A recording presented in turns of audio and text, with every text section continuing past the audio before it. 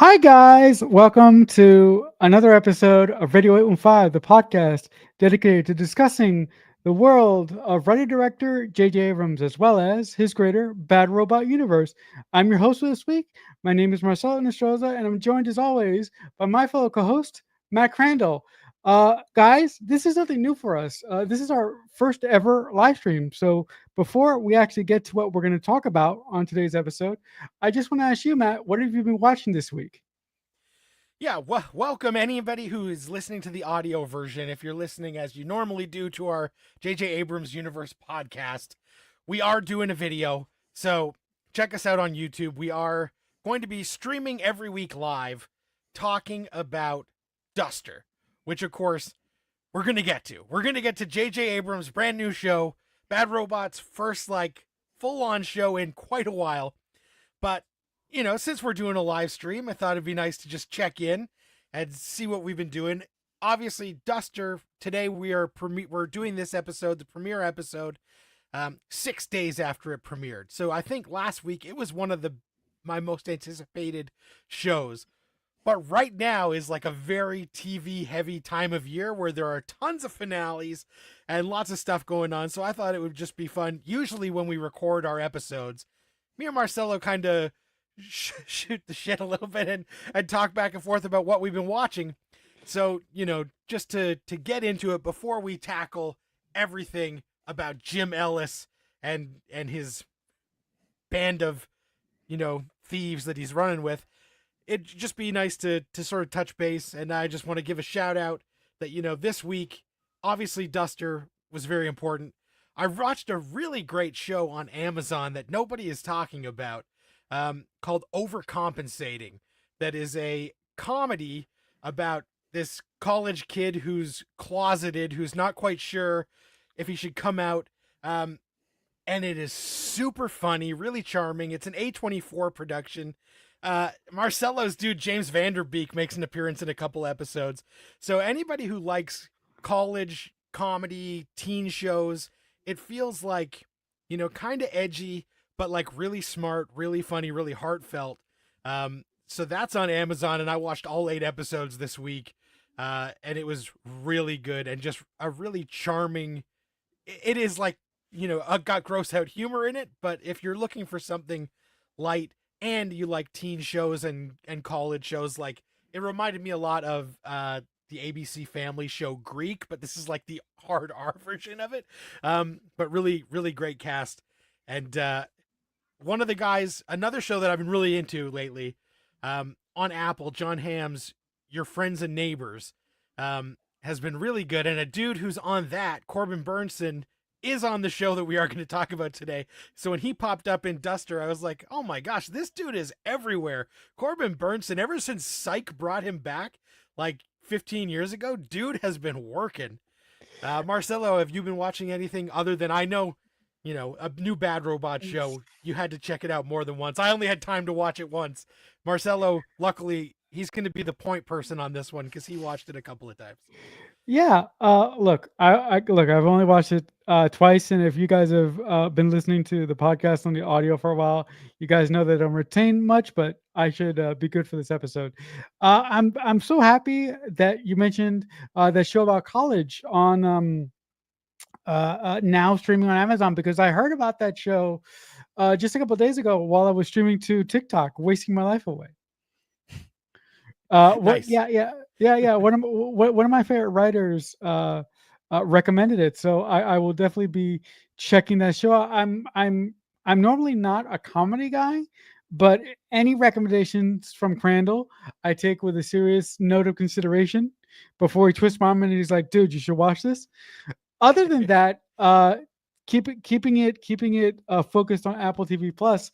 I finally finished the first season of The Studio from Seth Rogen and Evan Goldberg. I laughed my ass off with the last episode, the last 2 episodes, because I did a double bill.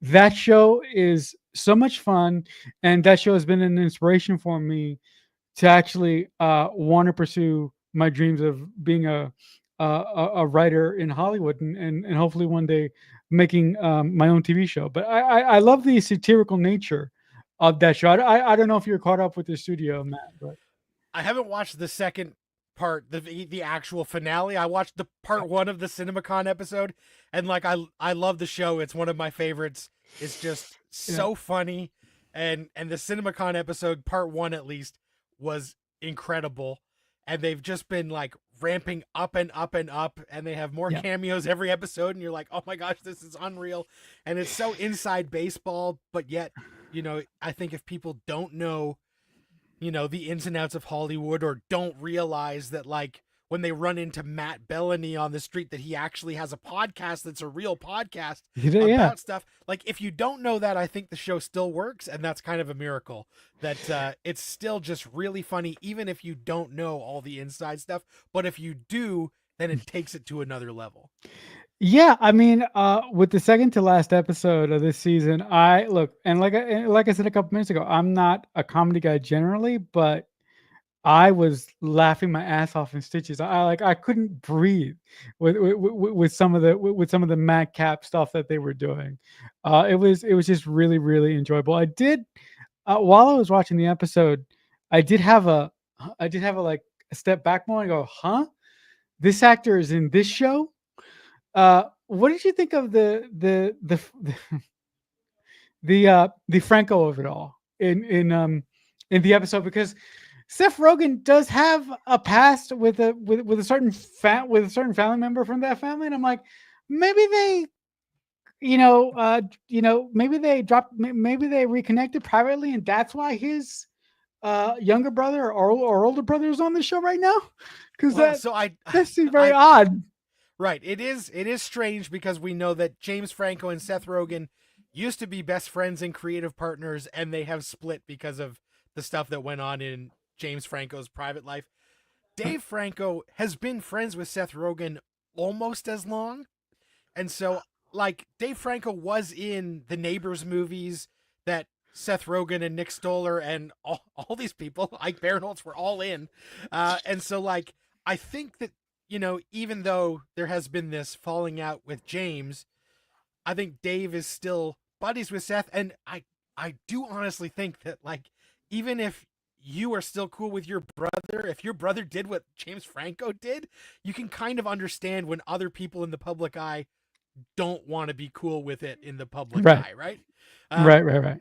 So, like, I'm actually, it makes me happy that Dave Franco is on here, because I'm like, at least I know that, like, Seth Rogen is somewhat of a stand-up dude, because if it had been like, he was harassing James Franco or mad at him about all this stuff, he just said, like, you know what, me and this guy are done going forward. And, like, Dave Franco's a big enough person to realize that doesn't actually involve him. Mm. Um, Yeah, but man, his appearance, oh, I just love the old-fashioned Hollywood buffet, and when it was he's so good. getting so excited that Zoe Kravitz is going for it, it was brilliant. The whole thrust of the episode is just great. Is because Seth Rogen doesn't understand how the numbers of how much of a certain substance he got. So so that moment when he's actually told, when he's standing in front of the buffet with when he's actually told how much he actually bought and how much is actually in the brownies, like the way that he freaks out is absolutely great. Yeah, totally great. If you aren't watching the Yeah, studio, you should. you should, and especially, like, if you're the kind of person like me who, like, dips in and out of, like, subscribing to Apple TV, Mm. I would say right now, for at least the next, like, 2 weeks, is a good time to subscribe. Watch the studio, watch your friends and neighbors, and then get out of there, Yeah. because they don't have anything on until, like, the fall. Yeah. But I'm really enjoying that. Also, in the same vein, Hacks season 4 is coming to a close right now, and it's, the ins and outs of a late night show. This season has been a little rockier than some of the other seasons, but 2 weeks ago they had, like, one of the best episodes of TV of the year. Mhm. So, like, I have to recommend that. I've been disappointed with some of my recurring shows finales this week. Um, the Rookie, which I know you have just been getting into. Yeah. The Rookie Mhm. had an episode that when it ended, I was like, man, what a nothing episode. And then I looked at the description and it said it was the season finale. And I was like, what the hell? Like, usually they go out and have like a big cliffhanger, I like finale. And it was just a boring, like, a throwaway episode. And it turns out it was the finale. And I was like, oh my God. And then I have been into the Ryan Murphy 911 and they made Yep. the insane decision to kill off a main character, Yeah, I which heard about like that. which sometimes works and you're like, wow, this Mhm. is going to shake up the show. And this one was like, wow, this is going to ruin the show. And Yeah, so the yeah. episodes since, I've just been like stunned that they decided to go down this road I don't like. because it just doesn't make any sense to me. Yeah, I mean, kudos on you for kudos on you for staying the course and continuing with 911. I gave up on 911, but when I heard that they did what they did and they killed Buck, if I'm remembering his name correctly, probably not. Bobby, Bobby, thank you, spoiler alert for thank you. 911. Giant spoiler. I lost my mind. I'm like, how could they do that? This is like one of the primary characters of the show. It really, really drove me mad. And then I went down a TikTok rabbit hole, and they said that they killed him primarily because of budgetary reasons. And I'm like, budgetary reasons? You guys have known that you guys have had budgetary reasons for a while now because you move from one network to another. You move from one network to another network because of budgetary reasons. But as like, I don't understand why the bean counters didn't understand um, the value of this lead character. I mean, if I was in the writers' room, I would have a hard time doing that to my one of my best characters. And especially knowing that they're doing like another spin-off and it's like, come on, we Yeah, could have moved some of the expensive people away and yeah, left Peter Krause to stay. And then yeah. again, just the other thing is that his character is married to Angela Bassett's character, and like on screen, Angela Bassett with Black Panther Wakanda Forever had just went through like so much emotional stuff having to do Mhm. this thing, and now like her character on this show is gonna have to go through all this emotional stuff because her husband died. And I'm like, can we let this poor woman do some shows where she doesn't have to cry and grieve? Like, that would be Yeah, great. yeah, but also because of the writers' room killing off her husband, they're gonna have to like recycle and redo her entire character arc again, or like introduce new love again. And as a writer, I'm not kind of look. I love talking about grief, but if you already have an established couple in a show that you built on for years and years and years, as a writing room, why the hell would you want to rip? Would you want to tear all of that down and just start from zero again with a certain character? It doesn't make sense. Yeah, so that's frustrating. Before we get to our main event, the other two things Yes. I just want to shout out. I saw Final Destination Bloodlines, the #1 movie at the box office. I absolutely loved it. If you just love Okay. Final Destination movies where they kill people in creative ways, it rocks. The deaths are very cool. And the story, they actually did like a few things with it that were kind of surprising. And just seeing it in IMAX was a total blast. I had a great time. Mhm. Mission Impossible comes out in a couple of days. I know Marcelo is on pins and needles waiting. Tomorrow, brother. Tomorrow. I was greatly disappointed, but I'm gonna see it again, and hopefully I'll be coming back around to maybe enjoying at least what's there. Um, yeah, go for One, it. yeah, thank you. Sorry, I'm not used to. Sorry. One quick note. Because of conversations that you and I have had in the past, folks, I was going to go see this movie twice tomorrow at the time of this recording. But every because of what my friends have said and because of what Crandall said to me about the movie, he didn't spoil anything. He's not a spoiler, guys. But yeah, I'm only gonna go see it once tomorrow because I am really, really nervous and I'm really concerned that I'm gonna be just like deflated when I walk And I out. think I saw it like 12 days ago or whatever, and I've just been like thinking about it nonstop in terms of like why I was so disappointed. And so now I'm going to just go see it and enjoy what is there, because the last hour and 20 of incredible Tom Cruise putting his life on the line stuff Mhm. is amazing, but I was like so mad at the story that I had a real hard time enjoying it. So I do Yeah. think that if you see it, seeing it twice in one day is I think it's Too much. overload. It's too much Too because much. the movie is so dense and so long that I think you maybe and maybe you'll love it and you'll like be wanting to see it again right away. Eh. But spacing out the viewings I think is the way to go. But as much as I was disappointed with everything they did character and story wise, the submarine and biplane sequence are worth the ticket. So like everybody who's going to go is at least going to be satisfied with that, even if the characters and dialogue and the way the story goes is just going to leave you going, what the absolute hell? And then before we move to Duster, I just want to say Tony Gilroy and company ended Andor last week. And I am still reeling from how incredible, especially the last 2 weeks of Andor were. 7, 8, 9, 10, 11, 12. Like some of the best television we've had ever on Disney Plus.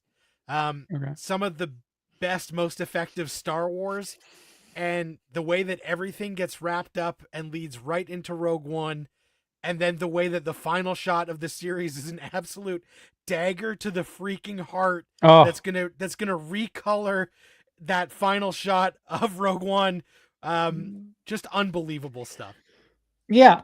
I am still making my way through the final season of Andor, but I did get spoiled for that final shot because the internet. Yeah. That shot made me cry. But the other question I want to ask you, because you mentioned in your comments there that Andor is the best thing that Disney has put on Disney Plus. But my question to you is, why can't why can't everybody do what Tony Gilroy did? Like why do so many creators treasure Star Wars in such a manner where they kind of lose their footing and they kind of forget how to make a cohesive story around Star Wars? I'm like, what the? Well, and what's funny is that, most of the people who come to Star Wars are people who had the toys and they like now are given the real toys to play in the sandbox and make their fanboy dreams come true. Tony Gilroy never played with this stuff. He's a guy who he was more interested in telling an espionage spy story of rebellion, and it just happened to be skinned as Star Wars. And somehow being less reverential of everything that came before meant that he wasn't handcuffed to the lore and the expectations because he just wanted to make sure they told a good story. And obviously some people at Lucasfilm were like, oh, hey, you need to know that pivotal moment of the rebellion. It's when Grand Moff Tarkin parked an entire spaceship on a bunch of people and killed them all. And he's like, oh, okay, that works in the course of this story. I'll write it down. And so I just think it's hard to replicate that because a lot of people who don't care about Star Wars are not as talented as Tony Gilroy. So if they make a show where they don't care about Star Wars, it's going to feel disrespectful. But Tony does it in a way where like he is respectful of Star Wars, but he's just not in awe of Star Wars. And I think that sometimes the people who are in awe of it let that awe overtake their base storyteller instincts.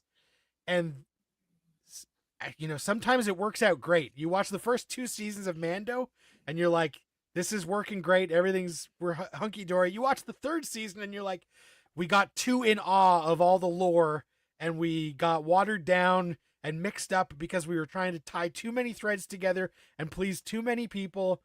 And that just sometimes happens. And luckily, because they had Tony Gilroy and because they did the contracts for Andor back in the heyday of streaming, before we were slashing budgets and removing episode stuff, a lot of it was practical. So it wasn't everybody was standing in front of the volume and we felt that Ewan McGregor didn't go anywhere except Lucasfilm soundstage for 8 weeks, right? So that was like a big thing, is that they built sets, they went to locations, so everything feels real, and it's just so much better than, like I said, the volume. Rosario Dawson in front of a volume for 8 episodes. Ewan McGregor never going anywhere except in front of this giant LED for 6 hours.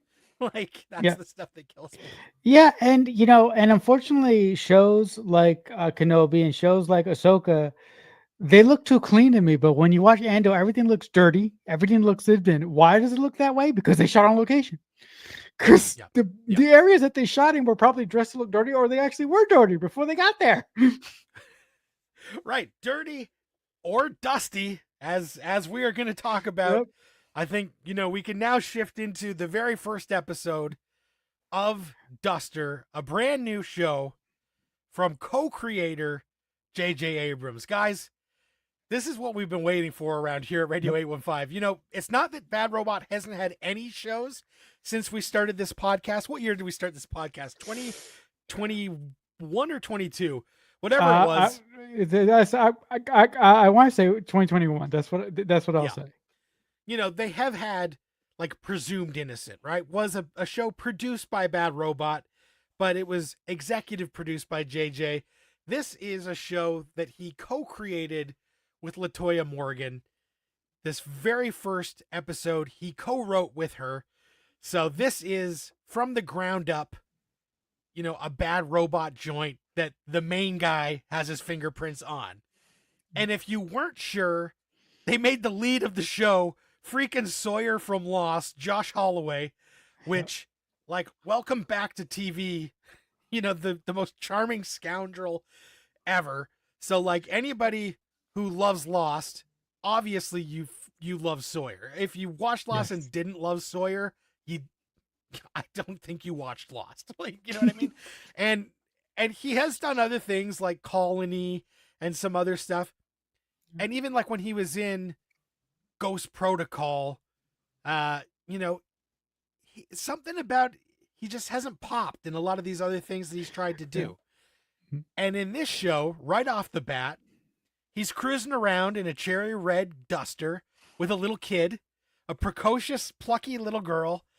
And you're like, okay, this guy, Jim Ellis, okay, is kind of in James Ford Sawyer mode because he's given that smirk. He's given that smile. We see that he's like, doing okay with the ladies and he's got a lot of stuff going on. And right away, even if it's not Sawyer, he's in that charming scoundrel, kind of a dirtbag, willing to work for the bad guys. And as we see, like, the number one wheelman, there's a moment where a guy goes, I can't believe the number one wheelman is going south of the border. And it's like, hell yeah. You know what? He's the main guy that we're following in this episode. And I wonder, because Rachel Hilson is kind of the other lead. So we got Josh Holloway, the criminal lead of the show. Rachel Hilson, the FBI agent, the legal lead of the show. And in this episode, I would say it's like 75-25 him, her. And I wonder if that is going to be a dynamic that we play with as we go forward. How are you feeling as Josh Holloway back in the center of things for Bad Robot? And how do you feel about this? We do have these two leads, the good guy, the bad guy. Yeah, I really think that in terms of screen time, to go right to your point, I think that JJ and LaToya are gonna do it right down the middle. There may be some episodes that are focused more on James than his counterpart, but I think that if they're smart, they will do it right down the middle.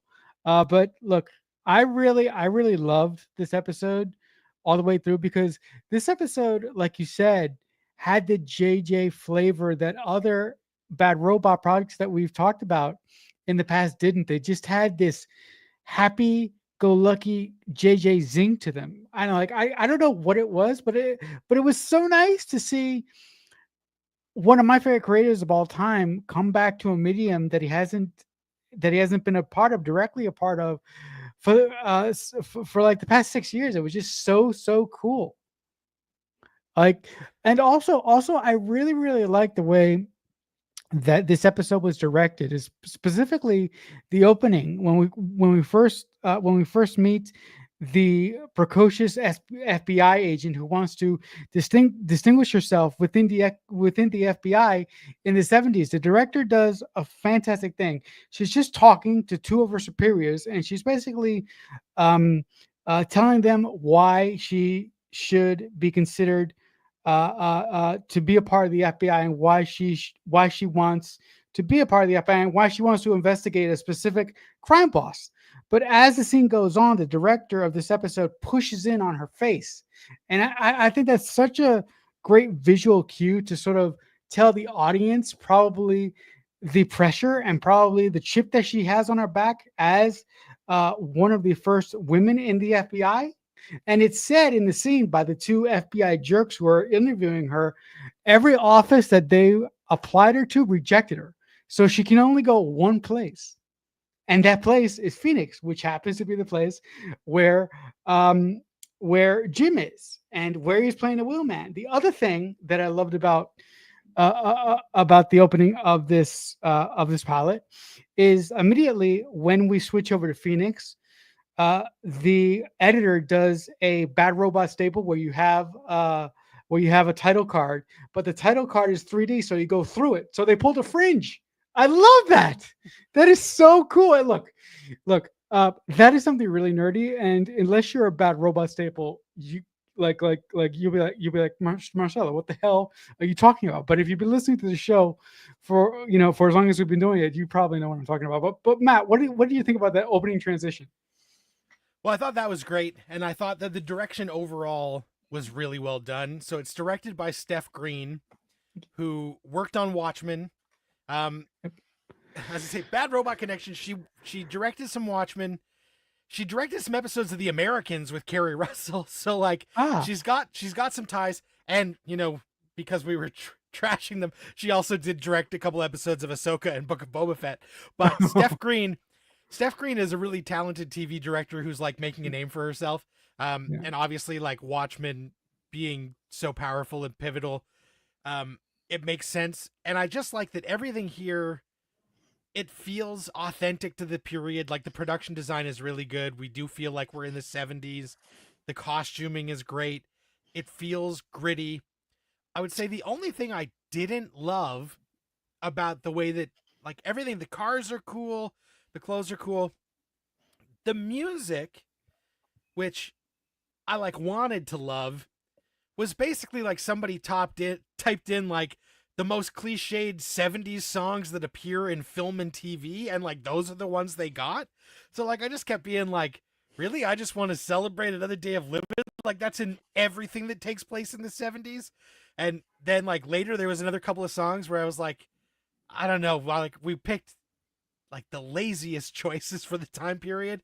And I don't know if that's just because, Warner Brothers and everybody like already had a lot of rights to these songs lying around, or it was just the easiest shortcut to remind us throughout the episode that we were in the 70s by choosing like these music cues that are just done to death. So that was like a small nitpick, was it's just the music. I was like, every TV show and every movie set in the 70s uses these same 5 songs. Do you think that JJ and his co-writer considered the music when setting up the transitions between scenes, or do you think that that's something that they didn't consider when they were actually writing the episode? Because if JJ and his co-writer wanted specific songs in the episode, I have no doubt that they could that they could bribe HBO to pay for those songs and to pay for the rights of those songs. Right. Well, and here's the other thing is that, JJ Abrams, maybe these are just the songs that he's grown up enjoying. So like maybe he like was like when he thinks of the 70s, he thinks of those tracks partly because he's probably ingested all the same movies and TV that we have. And so like he was just like, "Oh, if I can use that song, I'm going to use it because it makes sense for the time period and like is used a lot." But just for me, I was like, maybe we could have picked something that isn't like so cliche, but again, these are hit songs from the era, so maybe that's why. But as you mentioned, that opening scene, so like the very first scene is not a Josh Holloway scene. It is Rachel Hilson as Agent Nina Hayes sitting in the FBI office, and they're like, you applied to come to the academy 3 times and you were rejected like all those times. Why do you think we let you in when we let you in? She was like, I don't know, third time's the charm. And they're like, no, there was a mandate. And, the people who, and in parlance of our times, they were like, it was DEI. And the people who were in charge of DEI are out. So, like, we tried. You said you want to request Phoenix? Well, that's not how it works. When you're a rookie who's going out, you don't get to pick your own assignment. And just because you want to go there, well, screw you. That's not how it works. But we went to everywhere, and they were like, we don't want a woman, and we definitely don't want a black woman. And the only place that happens to have an opening that was willing to take you is the place you want to go. So be careful what you wish for. You're going. And she lets us know in that first scene that she wants to go there specifically because this crime boss, Saxton, is on the FBI's radar and nobody's been able to take him down. So we know right away, okay, this guy is a bad dude. We don't know immediately why she wants the case and why she wants to take him down. That's one of the mystery boxes that luckily gets opened by the time this episode is over. Yeah. But as soon as they introduce Saxton and it's freaking Keith David, I was like, That's oh, cool. hell yeah. Like, Keith David, one of the coolest guys ever. Obviously, I'm a gigantic John Carpenter fan. So, The Thing, They Live are absolute stone cold classics. Most people, unfortunately, now, it feels like, know Keith David from either two things, of doing a voice in the Disney Princess and the Frog, or from There's Something About Mary, where he's the guy who Ben Stiller zips his balls into the zipper, and Keith David has to help him get it out. And so, like, he's Mary's father. So, like, it's too bad because he is just one of the best genre actors of all time. But now he's finally getting his due, now that, like, all the people who grew up loving those John Carpenter movies and all of those, like, badass roles that he did, he now, pops up in all of these TV shows like Abbott Elementary and High Potential and all these things just to do a guest shot. So to have him be like the king of cool in this instance, so like the crime boss that nobody can touch. As soon as he came on the screen, I was like, oh, hell yeah. How did you feel when we are introduced to Saxton and we are finding out that our driver is like extremely loyal to him? Yeah, first of all, I love Keith David, and just to ease your mind, Matt, the reason why I love Keith David is because of The Thing. I don't, I'm not a comedy guy, so although I have seen that movie with Ben Stiller, but I know Keith David because of The Thing. I will always know him. I will always know him because of The Thing. He's a great actor. He's a great character. He's a good character actor. So to see him get his due, specifically in the last couple of years with some really, really cool projects, some really, really cool indie ones that'll probably never come out. Hint, hint. Shelby Oaks. I don't care. But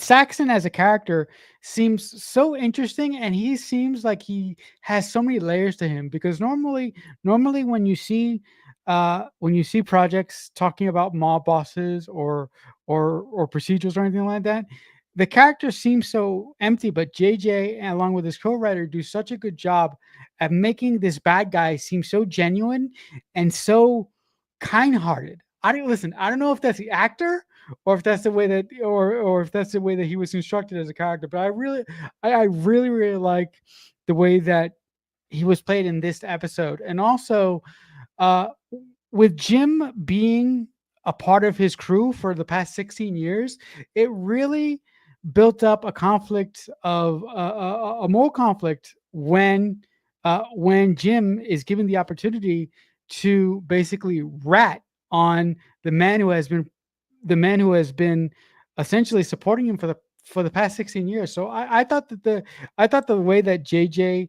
and his co-writer developed story in this episode was fantastic, because they layered everything.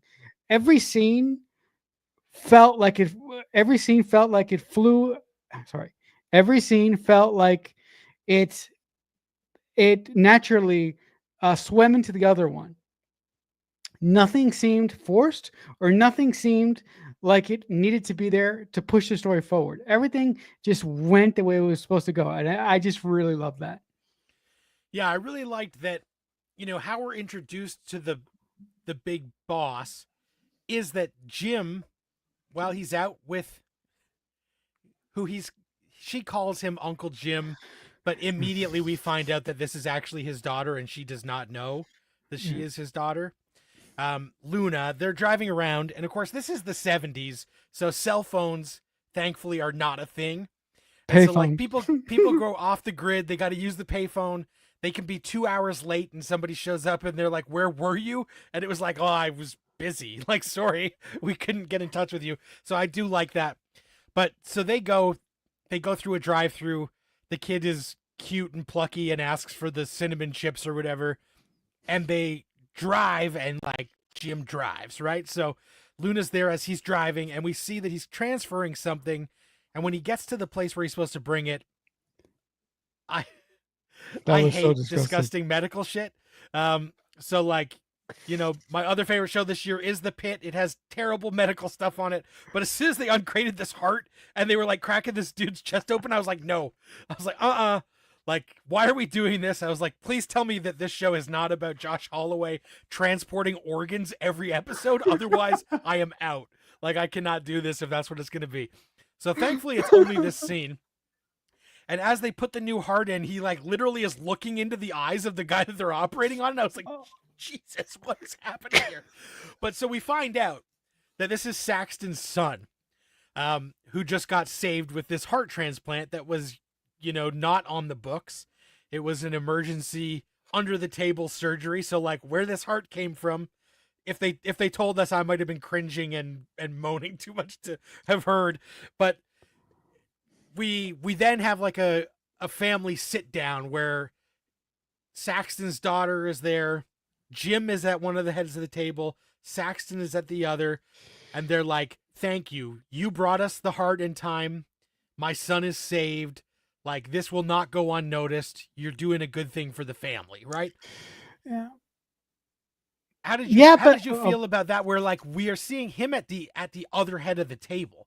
So like he is just the driver, but obviously it's more than that because of where he's seated. yeah, it's more than that to them because of where he's seated. But I think that everything you need to know about that scene is actually visually told, and it's not actually told, because as Jim is sitting there, and as everybody, everybody who's sitting at the table is jovial that a member of their family is safe, and when Keith David comes and he makes a speech and he thanks Jim for saving his son, the way that Josh Holloway plays it, like all throughout this episode, he seems very like he seems tired and run down. He seems very, very like like he wants out of this life because he wants something better for him and, as we found out earlier, his daughter. So I really like the visual story that the director did in that scene by letting us know what Jim was possibly thinking. Like, maybe he's just tired, because while he was sitting there, he didn't necessarily seem happy. He was just kind of there, but he was kind of vacant.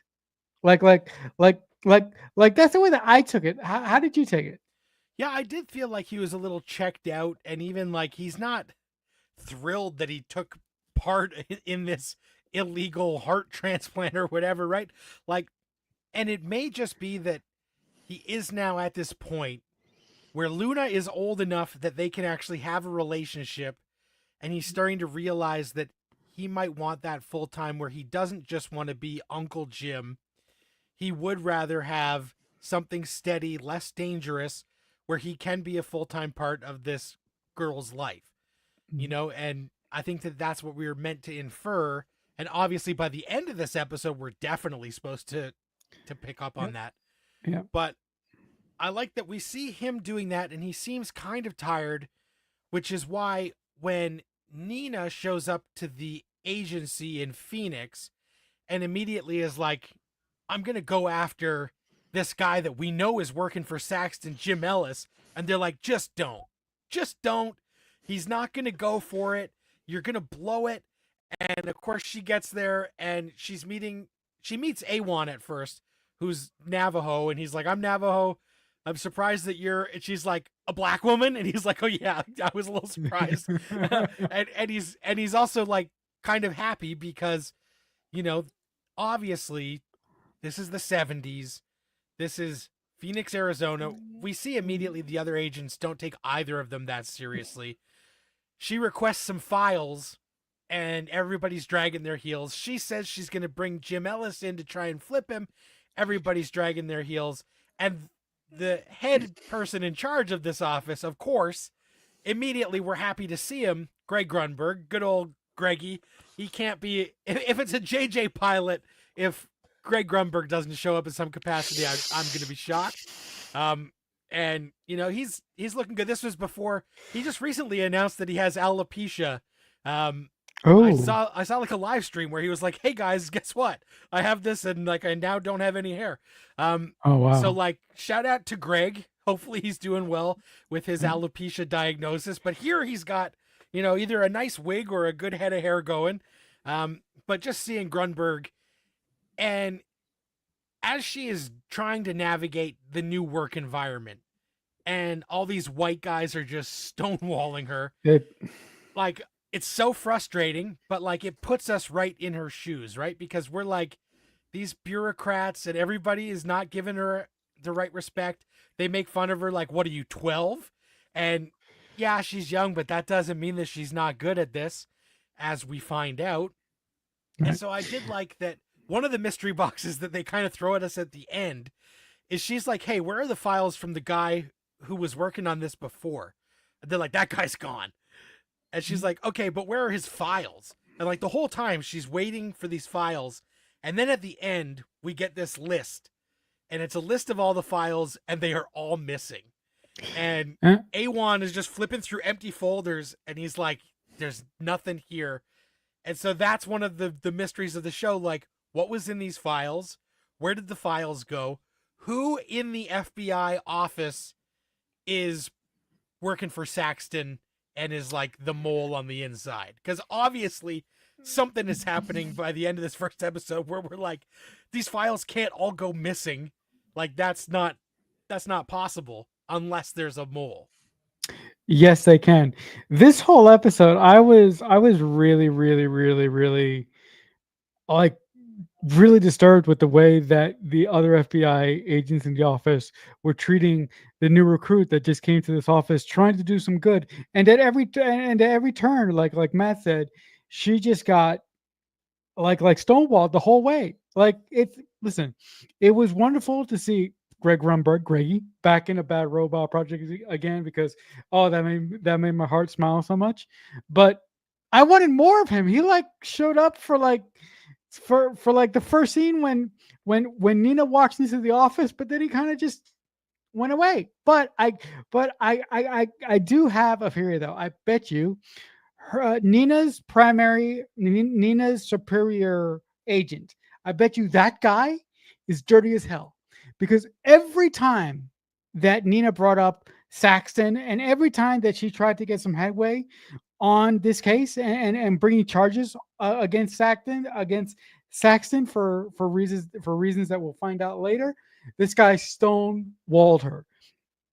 And listen, it could be just because he's a racist fucking prick, but it could be something else. And I think it's something else.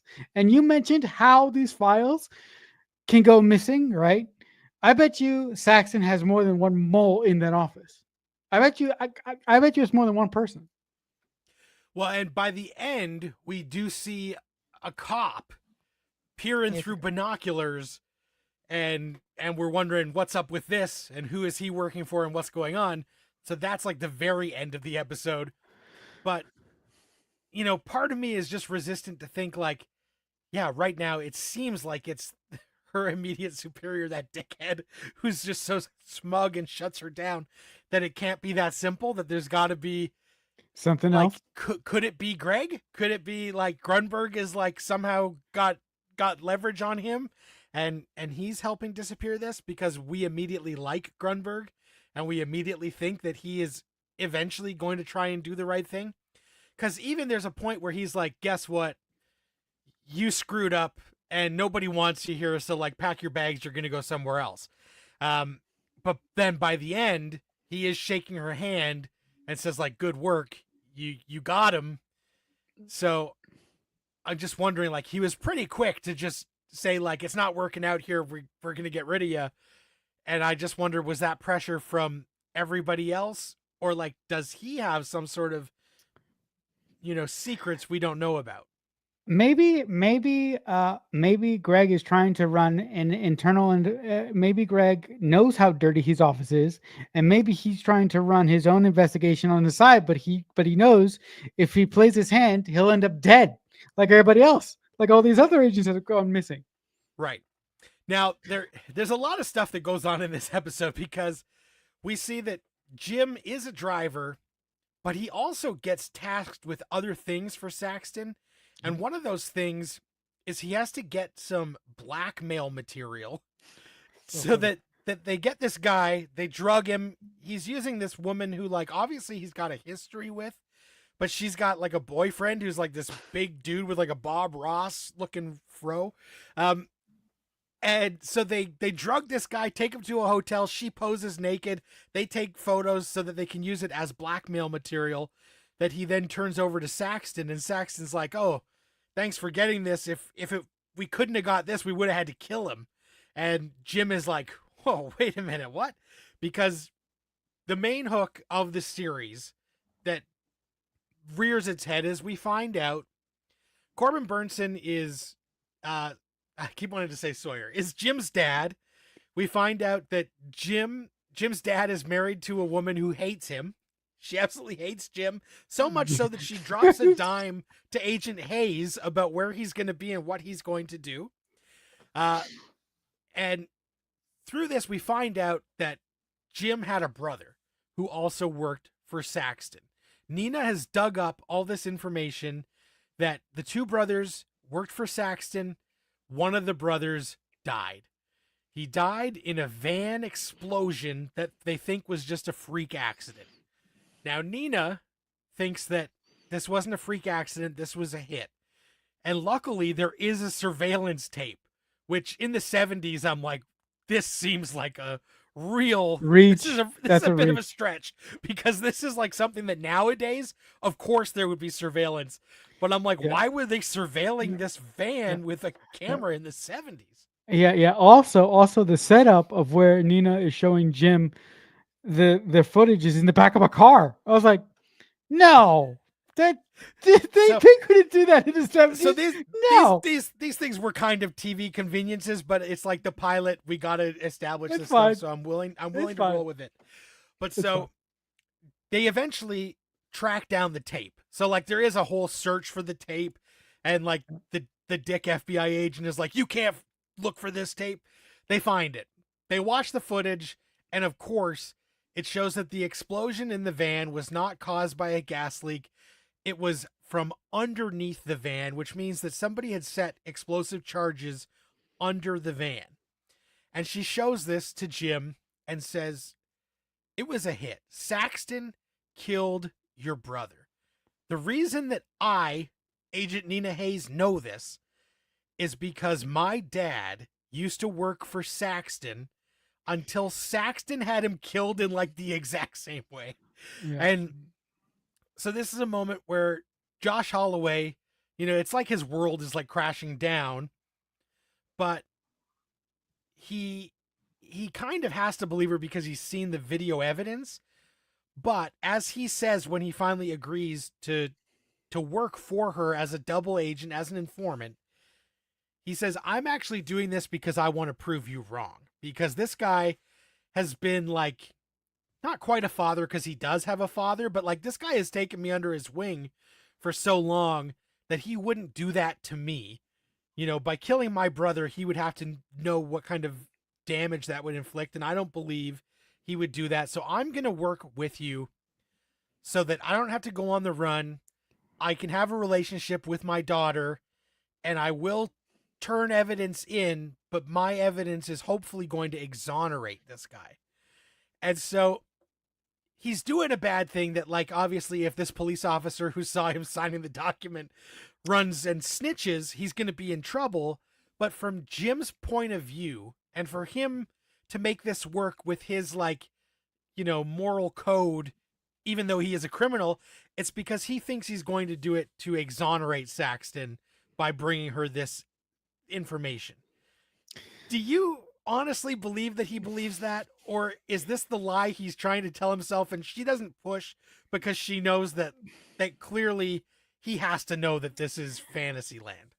Right now, I honestly believe it's a lie that he's telling himself, because for a wheelman to work for a gangster essentially for 16 years and not know where he morally stands, that's pushing it a little bit. So I do believe that at this point, Jim is telling himself that lie of the only reason I'm helping you, Nina, is to prove that my guy is innocent. By the way, I love that you mentioned that if this cop who is noticing this meeting between Nina and Jim go down, if this cop breeds a word of this to Saxton's crew, Jim is going to be fucked. But I also love how, from a writing perspective, that actually makes the episodes that we're going to have coming up here in a little bit very, very tenseful, because we're all going to be sitting there wondering, does Saxon know that Jim is actually bent and that Jim is informing on him, and what complications is that going to bring up? I do want to mention just quick. I do want to mention that Saxon has this bruiser guy working in his crew with him. He's bald and he's got a mustache. And one of the funniest scenes in the pilot for me is when this bruiser and Jim go and basically hunt this guy down because he owes him something. And the bruiser comes out after talking to this guy that owes Saxon something. And he says, "You see that guy? I just beat the shit out of him and he's about to thank me." And the guy comes out and he goes, "Thank you, thank you, thank you." It's like, look, it's just something really stupid. It's so, but I just love that moment so much. He's like, "See, I just beat the shit out of that guy, and he thanked me for it. That's how good I am." that was one of the best lines of the movie, or the episode. Sorry, and that actor Evan Jones, he's been in a lot of stuff. He was in the first Den of Thieves, and I love Den of Thieves, but I always remember him. He was in 8 Mile as Cheddar Bob, the dude who shoots his dick when he has the gun down his pants. And so, like, when Cheddar Bob is like the enforcer badass, I was like, oh my gosh, it's Cheddar Bob from 8 Mile. And awesome. But I did love that scene because he goes in to get the information that he needs so that then they can do the blackmail. He gets the info, and then the guy comes out and thanks him after he's standing on his lawn bleeding. So that does show what a good enforcer he is. So like everybody that's working for Saxton is pretty interesting. Like, a lot of these people and this town, this Phoenix crime community, has got a lot of characters. Yes, no, thank you. I was so happy you said that this Phoenix crime community has a lot of characters, but the show, like, all these characters feel lived in. They feel like they've had a full life before the show even started, and that to me is a credit to the individuals who crafted the show. It just feels so alive, except for the music choices, which which we've already said. The other thing that I was really impressed with in the show, and this is a large part of the show because James is a getaway driver, the way that the action was shot and the way that the car chases were shot in this episode specifically, they were very, very eye-popping and very engaging. Did you like them? Yeah, well, this isn't like an action-packed episode, but the action we do get is clean, slick, and like stands out as being like fairly exciting. So I did enjoy that quite a lot. I do think that this is a show that obviously, as more stuff goes on, we're going to get a lot more of like the car action. And I did like that, when before we do the title sequence, there is that close up of the car where it says Duster, and that's like right in the frame, and it's like almost the title shot of the series. But then we do get a proper title sequence. That was really cool. That, like, interestingly enough, okay, obviously it's a J.J. Abrams show, so J.J. Abrams did the theme music. He always does. Of course he did. So he did the theme music, and when I've referenced Star Wars in our preamble about like all these guys who grew up playing with the toys and then they got to play in the sandbox. Well, that's what the opening of this show is JJ has been wanting to bring like a show like this, like a Bullet, like a Steve McQueen. You watch Bullet growing up, you're like, oh man, this guy's so cool and the cars are so freaking awesome. And then you go out and you're playing with your Hot Wheels and you're smashing them together, whatever. And so I love that the title sequence is these toy cars, like driving through the desert and doing all sorts of cool stuff, but they are like small scale model cars. Like, we're not pretending that this title sequence is supposed to look real. It is like, somebody's playset. But I thought it was awesome. The way it was shot was really stylish, and I did like that music. I thought it captured the essence, and it doesn't overstay. There's some shows that like the theme and the title sequence just makes you want to gouge your eyes out. Like, one of the all-time worst was Nip Tuck. Like, every time it came on, I was just like, kill me. Like, that back when they didn't have like the skip intro. But Duster's one that if skip intro probably pops up, I'm not going to pick it. So like, so far I'm like, yeah, I'm into this. Yeah, I really really enjoyed the title sequence of Duster. It was very very unexpected to me, because I had never seen a Bad Robot show do that kind of a thing.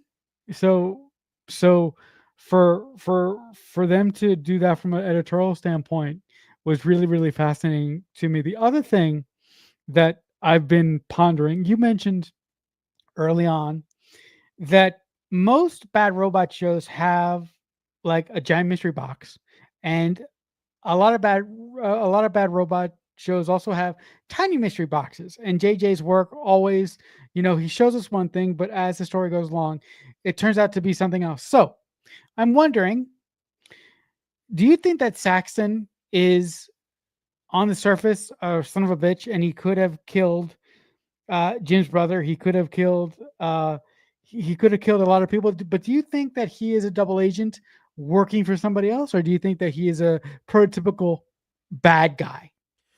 Well, because the FBI has lost all the files, it makes it feel like one of those scenarios where like maybe he already is an FBI informant and the FBI knows every move he's making. And, Right. It's like they're helping his organization because he's taking care of stuff that the FBI can't get involved in. Right. Which, especially in the 70s, like there was a lot of that dirty stuff going on where like, they want to get rid of one gang, so the FBI arms the other gang, so like I have to wonder about that. We don't know why Saxton would have killed Jim's brother. What was he doing? What necessitated the hit? Right? So that's one of the big mysteries. The other thing that does happen in this episode that I don't think is going to be dropped is that there is a moment where Jim thinks he is going to get out of Dodge because the FBI is onto him and like it's too hot.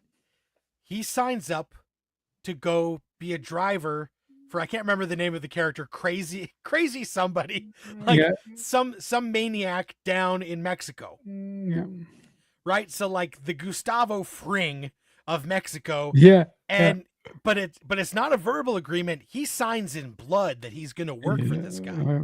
Right? And so now that he doesn't intend to go to Mexico and fulfill all of this, even if he goes for a bit, he's not going to go forever, right? Because at the end he's driving and it's like, okay, is he maybe going to go fulfill some of this? But if he doesn't, he signed in blood that he would work for them, and that scene is in there for a reason. So like they're either coming up or he's going to get called down at an inopportune time and have to go do a job, or else his life is going to be destroyed, because when you sign in blood, that's some real serious stuff.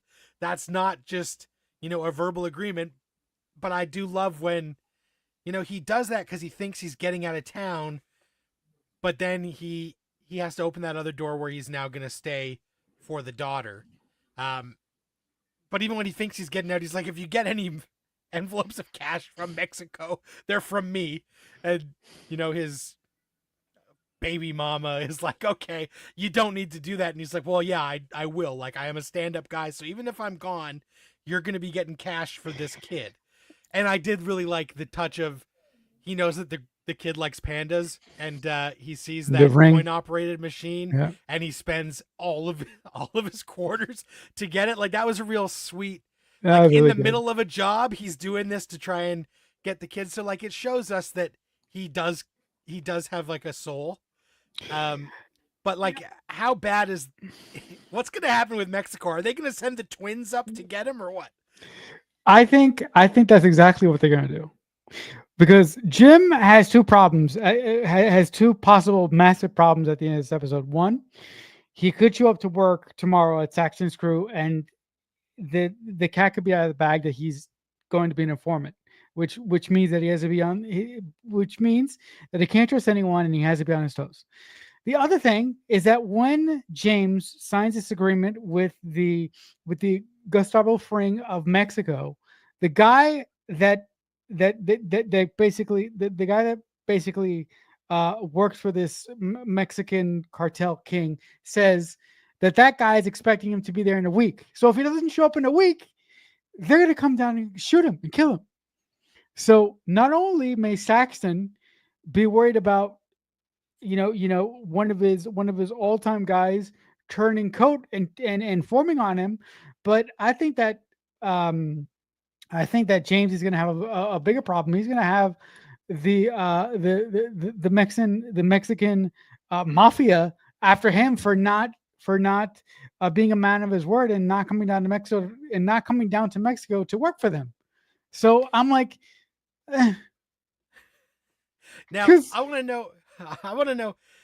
Did you like, or did it take you out that this episode is called Baltimore Changes Everything because Jim immediately gives Nina a nickname just like Sawyer would, where he's like, "What's up, Baltimore?" And like, he's calling her Baltimore because it's totally a Sawyer thing where like he gives nicknames right away, and like that's where this episode gets its title, because her nickname is Baltimore because Jim gave it to her in a move that like I was like, this is a James Ford Sawyerism where he's tossing out nicknames immediately. yeah, I mean, listen, it it was cool. It was cool, but that's the bad robot fan in me speaking. But I also think that this. With that being said, I'm going to be sort of the Debbie Downer here just a little bit. I also think that this episode could have uh, benefited benefited from another title, right? Like like um like per se something a little bit more, bad robot-y and dark and mysterious, right? Like like like this episode would have been cool if it was called like the Bagman, right? Yeah. Right? Or something like, because I'm it was cool that JJ and his co-writer tied in the name of this episode into the actual episode. I like when that happens. But for me, I don't know if the title of this episode really gave us an essence for what the series is going to be. And a lot of pilots with their titles do that. Right. And I haven't seen a name for like the second episode. So, often Right. sometimes shows will do cute things with the names of episodes where Right. like they're all uniform in some way. So I'm Mhm. interested to see what episode 2 is called. Obviously, I'm not watching this. I'm in Canada, so I'm watching this on our service is called Crave. So it's not on Max, soon to be HBO Max once again. Did they tell you what the name of episode 2 is when you watched it? No, no, no, no. You can't see future episodes on there, so it's not like. No, But no. my It's favorite not. part It's, about Apple it's not like TV Apple is that, TV. right, as I Yeah, say, my favorite part about Apple TV is that they show you what next week episode is called and give you a description yeah. when the It's new great. one comes out, which is like That's really great. handy. Which is really handy if you're not sure how many episodes are in a season, because the week before you can see that the next one is season finale, and you're like, oh, okay, great. Right. But so I'm interested to see if there's any, you know, cuteness to the way that they name the episodes And I'm also pretty eager to see how episode 2, because as much as I enjoyed this, I'd say I give this a solid 7.5 out of 10 if I'm going to rate it, because it does do a good job of introducing us to the main characters and setting like the framework of the show. Without getting like too deep into the psyche of any of these people or getting too bogged down in the ins and outs of the crime aspect. But I think that by the time we get through the first season, like I do want to get deeper into a lot of the motivations of everybody involved. But I also, the parts that I like the best are kind of like the lighthearted, like trying to blackmail a dude and cruising around in the car with a kid and having a good time. So I hope we get a lot of that even as we get deeper into, as Jim's life descends into, I'm sure, chaos. I just hope we can still be having fun with it in that kind of like Smokey and the Bandit kind of way.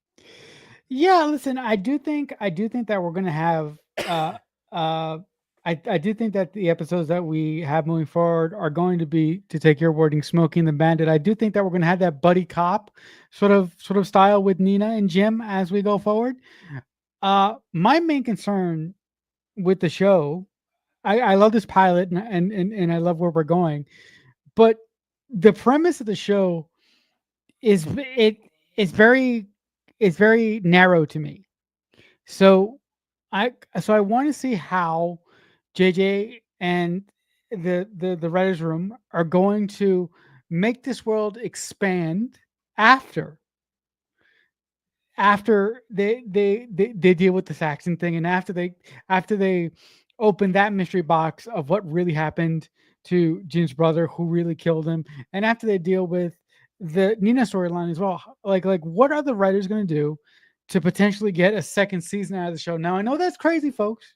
I I know that's crazy, wanting so much from a show just after one episode, but you do have to remember, Matt and I have waited 6 years to have this show's been on our radar for a while.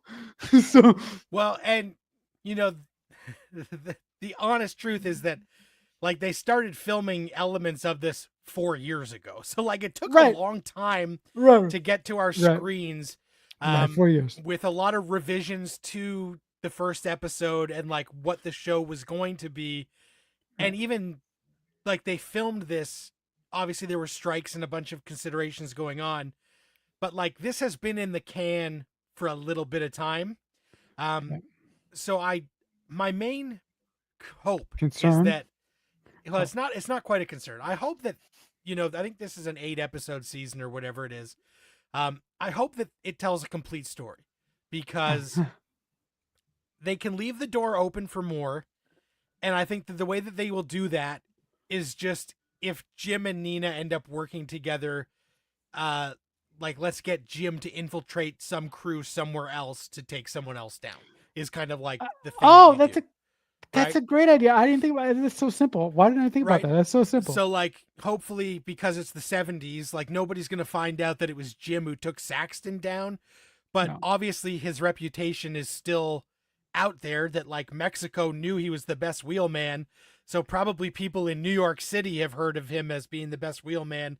So if he wants to go there and infiltrate some other crew and then take somebody down, that could be like the second season. I just hope that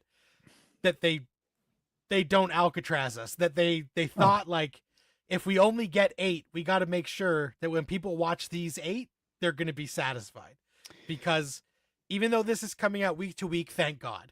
Thank God it is. This is a show hopefully built for the streaming era, where, in July, if somebody starts watching this, they're going to watch it all in a day and a half. So I hope that it has a good enough story. And again, it's tough to tell because J.J. Abrams co-creating a show in the streaming area, that doesn't happen. It doesn't no, happen very often, doesn't right? happen. No. So like Mm-mm. we haven't seen this guy be involved with a show like this where like, if you could have finished all of Lost in a day and a half, Oh my like God. that first season, like it's a different time. So I just Yeah. hope that they and I'm sure he knows that it's a different time. He hasn't been living under a rock. That by the time this is all said and done, that anybody who watches it after the fact, it still tells an engaging story while leaving the door open if there is going to be more. But like things at HBO and HBO Max and Max Yeah. have been so wild that like who knows? Shows do one season, shows do 4 seasons. Like it's the Wild West right now, where if something doesn't work, sometimes they cut bait, and then other times they already did a deal for 3 seasons and they're locked in. Yeah, I listen. I hear you with wanting a complete story out of season one, but with what you just said there about HBO, that scares me because HBO cuts bait a lot on their shows, and you and I have been talking for the last couple of weeks how this show wasn't necessarily promoted very much.